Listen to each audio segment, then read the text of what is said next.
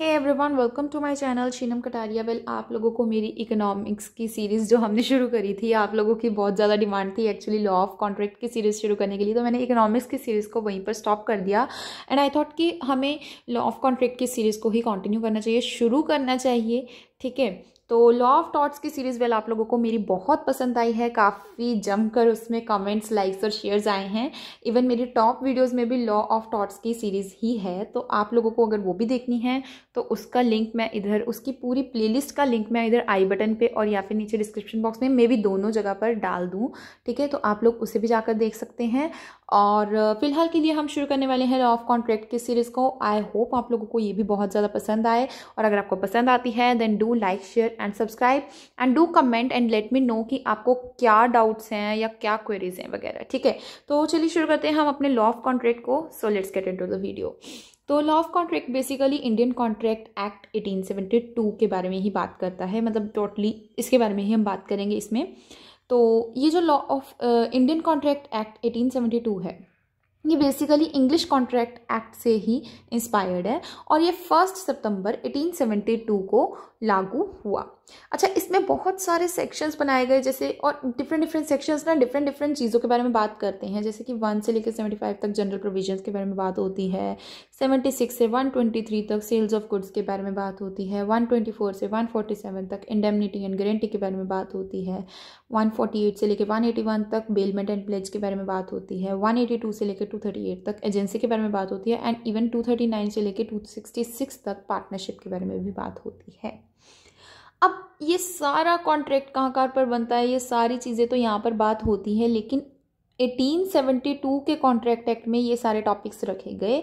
लेकिन फर्दर बाद में क्या हुआ, सेल्स ऑफ गुड्स को अलग से एक एक्ट बना दिया गया, यानी कि 76 से लेके 123 सेक्शंस तक जो सेल्स ऑफ गुड्स का पूरा टॉपिक था, ये सारा उठाकर इसे एक अलग एक्ट बना दिया गया। ये यहाँ से चला गया, ठीक है, इसके अंडर से चला गया और इसे सेल्स ऑफ गुड्स एक्ट का नाम दे दिया।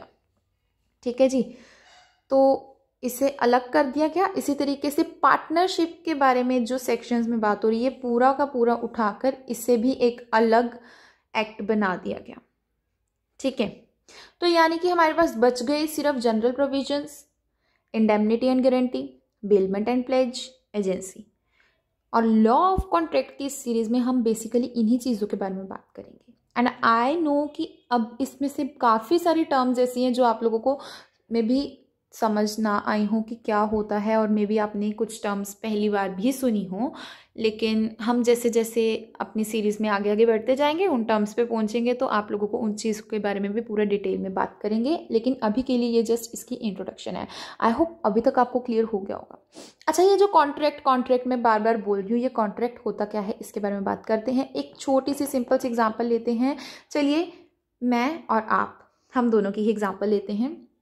सो आप लोगों को मेरा नाम तो पता ही है, शीनम, और मुझे आपका नहीं पता, तो चलिए यू। ओके, आप लोग अपना नाम भी नीचे कमेंट कर दीजिए। एनीहो, तो मान लीजिए कि मैंने आपको बोला कि मेरे पास कंप्यूटर है, मैं आपको 40,000 का दूंगी, आप क्या लेंगे? आपने बोला ठीक है जी हम लेंगे। तो आपने मुझे 40,000 दिए, मैंने आपसे 40,000 ली, और आपने मेरे से कंप्यूटर ले लिया, तो ये तो हो गया। अब ये बन गया था एक कॉन्ट्रैक्ट। कैसे बना अब वो देखते हैं इसे प्रॉपर डिटेल में। मैंने आपको बोला कि क्या आप मेरे से कंप्यूटर लेंगे, क्या आप मेरे से कंप्यूटर लेंगे। मैंने आपको प्रपोजल दिया, एक ऑफर दिया कि क्या आप मेरे से कंप्यूटर लेंगे 40,000 में। आपने उस प्रपोजल को किया एक्सेप्ट, आपने कहा ठीक है जी हम लेंगे। ठीक है, और जैसे आपने एक्सेप्ट किया, वो क्या बन गया? Promise. A proposal when accepted by the other person is known as promise. ठीक है, ये चीज बन गई प्रॉमिस। अब उस प्रॉमिस में देखिए कंसिडरेशन है या नहीं है? कंसिडरेशन तो है ना। कंसिडरेशन कौन सी है? कंसिडरेशन है, मेरे लिए कंसिडरेशन है ये 40,000 रुपीज, और आपके लिए कंसिडरेशन क्या है? ये कंप्यूटर। ठीक है, सो कंसिडरेशन है, और अगर इसमें कंसिडरेशन है तो ये क्या बन गया? एग्रीमेंट। ठीक जी, एग्रीमेंट बन गया। एग्रीमेंट अगर एनफोर्सिएबल बाय लॉ है तो बन जाता है कॉन्ट्रैक्ट। ये था एक बिल्कुल ब्रीफ में कि कॉन्ट्रैक्ट बना कैसे। अब प्रॉमिस क्या होता है, एग्रीमेंट क्या होता है, कॉन्ट्रैक्ट क्या होता है, इसे भी अगर हम डिटेल में पढ़ते हैं तो प्रॉमिस क्या होता है, हमारे इंडियन कॉन्ट्रैक्ट एक्ट 1872 के सेक्शन 2 एंड सबसेक्शन बी में बताया गया है कि प्रॉमिस क्या होता है। ये होता है कि जब प्रपोजल या ऑफर एक पार्टी किसी दूसरी पार्टी को देती है और दूसरी पार्टी उस प्रपोजल को एक्सेप्ट कर लेती है, अपनी असेंट देती है। असेंट यानी कि एक्सेप्ट करना, कि हाँ, हामी भरना, ठीक है। तो दूसरी पार्टी उस प्रपोजल को एक्सेप्ट कर लेती है तो वो बन जाता है प्रॉमिस, ठीक है। और कंसिडरेशन दोनों को मिल रही है। अब उसके बाद बन जाता है एग्रीमेंट, कि अब जब दोनों तरफ से प्रॉमिस बन जाते हैं कि मैंने आपको बोला मैं आपको कंप्यूटर दूंगी, आपने बोला ठीक है मैं आपको इसके बदले में 40,000 दूंगा या दूंगी, ठीक है। तो ये क्या बन गया, हम दोनों ही पार्टीज की तरफ से प्रॉमिस बन गया। तो ये जो दोनों प्रॉमिसेस बने कंसिडरेशन के लिए, कि मैं आपको कंसिडरेशन दूंगी लैपटॉप और कंप्यूटर, और आप मुझे कंसिडरेशन दोगे 40,000 रुपीज, वो क्या है, एक एग्रीमेंट बना रहे हैं, ठीक है। और अगर वो एग्रीमेंट इन्फोर्सेबल बाय लॉ है, लॉ उसे इन्फोर्स करता है, तो वो क्या है, कॉन्ट्रैक्ट, ठीक है। आई होप आपको ये समझ आ गया। और एग्रीमेंट का पूरा मीनिंग सेक्शन 2 सबसेक्शन ई में बताया गया है, और सेक्शन 2 सबसेक्शन एच कॉन्ट्रैक्ट के बारे में बताता है, और यही सेक्शन 2 सबसेक्शन एच कॉन्ट्रैक्ट को कैसे डिफाइन करता है। A contract is an agreement enforceable by law. I hope आप लोगों को अब समझ आ गया कि एग्रीमेंट क्या है, कॉन्ट्रैक्ट क्या है, और ये एनफोर्सेबिलिटी क्या है, ठीक है। अब अगर मैं बात कहूँ कि ये जो कॉन्ट्रैक्ट है, अब आप लोगों को पता लग गया कैसे बना है। मैं अगर आपको कोई कहे या मैं कहूँ कि कॉन्ट्रैक्ट जो है ये दो पार्टीज के बीच में प्रॉमिसेस का रिजल्ट है, तो क्या ये बात सही है? बिल्कुल सही है जी। आपने और मैंने एक दूसरे को प्रॉमिस किया था, मैंने आपको प्रॉमिस किया मैं आपको लैपटॉप या कंप्यूटर दूंगी, और आपने भी मुझे प्रॉमिस किया कि आप मुझे उसके बदले में 40,000 रुपीज़ दोगे, ठीक है। तो ये क्या था, हम दोनों ही पार्टीज में प्रॉमिस थे, रेसिप्रोकल प्रॉमिसेस थे दोनों ही पार्टीज में। So a contract consists of reciprocal promises between the two parties. और ये एक बार कॉन्ट्रैक्ट जब बन जाता है तो दोनों ही पार्टीज लीगली बाउंड हो जाती हैं उन प्रॉमिसेस को फुलफिल करने के लिए, ठीक है। अब ये जो कॉन्ट्रैक्ट है ये किन तरीकों से बनता है? कॉन्ट्रैक्ट बनता है 3 तरीकों से। First is agreement and contract, standard form contracts, और प्रॉमिसरी स्टॉप। और इस पूरे डिस्कशन जो भी हम आज कर रहे हैं इसमें हम बेसिकली एग्रीमेंट एंड कॉन्ट्रैक्ट को पूरा डिटेल में करेंगे, और इसे मैं बता दूंगी कि ये दोनों चीज़ें होती क्या हैं। तो बात करें अगर हम एग्रीमेंट एंड कॉन्ट्रैक्ट के बारे में, इसी तो हमने डिटेल में पढ़ना ही है। और एग्रीमेंट क्या होता है, कॉन्ट्रैक्ट कैसे बनता है, वो चीज़ तो मैं आपको बता ही चुकी हूँ। प्रॉपर डिटेल में हम आगे पढ़ेंगे। बता दूं मैं आपको पहले ये 2 छोटी चीज़ें, उसके बाद हम इसे पूरा डिटेल में पढ़ते हैं। सो कॉन्ट्रैक्ट 3 तरीके से बनता है, उसमें से हम पहले इसके बारे में बात करने लगे हैं, स्टैंडर्ड फॉर्म कॉन्ट्रैक्ट्स के बारे में। स्टैंडर्ड फॉर्म कॉन्ट्रैक्ट्स कैसे बनते हैं?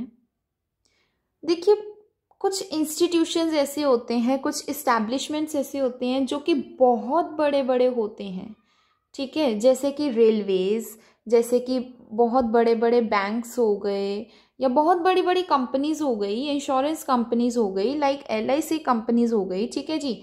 तो ऐसी बड़ी बड़ी जो चीज़ें हैं ये क्या करती हैं, ये कॉन्ट्रैक्ट कैसे बनाती हैं? अब देखिए, ये किसी हर एक पर्सन को, अपने हर एक कस्टमर को तो पर्सनली मिलकर कॉन्ट्रैक्ट तो बना नहीं सकती, डिस्कस तो कर नहीं सकती कि ये टर्म्स एंड कंडीशंस हैं हमारे कॉन्ट्रैक्ट की, वगैरह वगैरह वगैरह। क्योंकि इनके बहुत ज़्यादा कस्टमर्स होते हैं इसलिए। तो ये क्या करते हैं, ये अपना एक pre drafted matter generally prepare कर लेते हैं, ठीक है। तो अपना अपना मतलब एक प्रॉपर इनके पेपर्स होते हैं जिसके ऊपर ये प्रॉपर अपनी टर्म्स एंड कंडीशन सब कुछ पहले ही प्री ड्राफ्ट करके रख लेते हैं, और जो भी उसके ऊपर वो साइन करता है इसका मतलब वो उनकी टर्म्स एंड कंडीशंस को मान रहा है, और उस कंपनी और उस पर्सन के बीच में वो कॉन्ट्रैक्ट बन जाता है। तो ऐसे कॉन्ट्रैक्ट्स होते हैं स्टैंडर्ड फॉर्म कॉन्ट्रैक्ट्स, ठीक है। आई होप आपको समझ आ गया कि स्टैंडर्ड फॉर्म कॉन्ट्रैक्ट्स कैसे बनते हैं। अब बात करते हैं प्रॉमिसरी एस्टॉपल के बारे में। तो कई बार क्या होता है कि अभी अभी मैंने आपको बताया कि जब प्रपोजल आता है या ऑफर आता है, और जब वो ऑफर एक्सेप्ट होके प्रॉमिस बन जाता है, उस प्रॉमिस में अगर कंसिडरेशन भी होती है, और वो कंसिडरेशन के कारण वो ही प्रॉमिस किस में बदल जाता है, एग्रीमेंट में बदल जाता है, और वो एग्रीमेंट अगर एनफोर्सिएबल बाय लॉ है तो वो क्या बन जाता है, एक कॉन्ट्रैक्ट बन जाता है। सो बेसिकली एक कॉन्ट्रैक्ट कब बनता है, जब एग्रीमेंट एनफोर्सिएबल बाय लॉ होता है, ठीक है। तो अभी मैंने आपको बोला कि एग्रीमेंट होना ज़रूरी है एक कॉन्ट्रैक्ट बनने के लिए, लेकिन प्रॉमिसरी एस्टॉपल में क्या है, प्रॉमिसरी एस्टॉपल में कई बार ऐसे कॉन्ट्रैक्ट्स भी बन जाते हैं कि जहां पर कोई एग्रीमेंट नहीं होता लेकिन कॉन्ट्रैक्ट होता है। Now how is it possible?